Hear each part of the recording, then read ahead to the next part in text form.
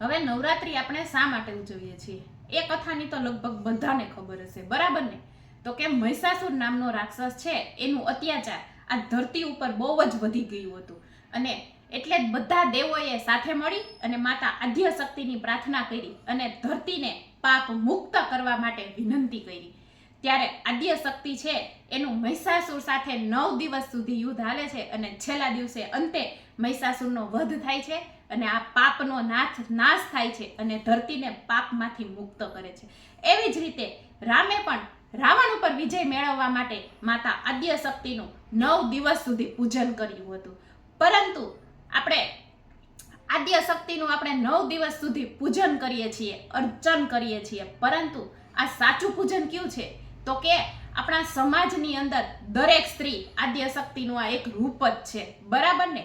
તેને શું આપણે માતા આદ્યશક્તિની જેમ એની પૂજા કરીએ છીએ, અર્ચના કરીએ છીએ? અરે એની જેમ આપણે એની પૂજા અને અર્ચના કરવાની જરૂર નથી સાહેબ, પરંતુ માત્ર ને માત્ર તેને સન્માનની નજરેથી જોવાની જરૂર છે.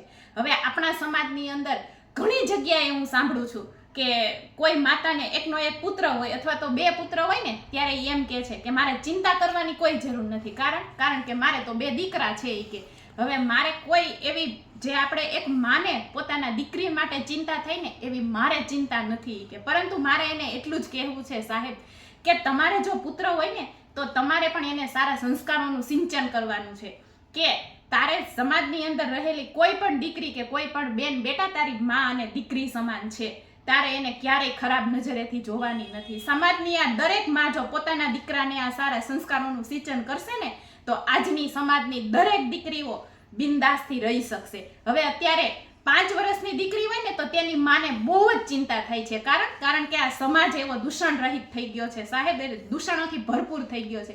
5 વર્ષની દીકરીની અંદર આપણે નિયમો લગાડી દઈએ છીએ કે બેટા તારે આમ નહીં ને આમ બેસવાનું, બેટા તારા કપડાં વ્યવસ્થિત કરવાના. અરે સાહેબ, એ દીકરીને તો હજુ બરાબર આ સમાજની સાચી ઓળખ નથી, છતાં આપણે તેના ઉપર નિયમો લગાડી દઈએ છીએ. પરંતુ સમાજની અંદર મારે દરેક દીકરાની માને એ કહેવાનું છે કે તમારા દીકરાની અંદર છે ને વ્યવસ્થિત સંસ્કારોનું સિંચન કરશો. જેવી રીતના માં પોતાની દીકરીના લીધેથી ચિંતિત હોય ને તેવી જ રીતે આજના સમાજની અંદર તમારે પણ ચિંતિત રહેવાનું છે અને તો જ આ સમાજ છે ને એ ખરા દૂષણોથી રહિત થશે અને આજ આપણા માટે સાચી નવરાત્રીનું પૂજન હશે, સાચી માતા આદ્યશક્તિની આરાધના હશે.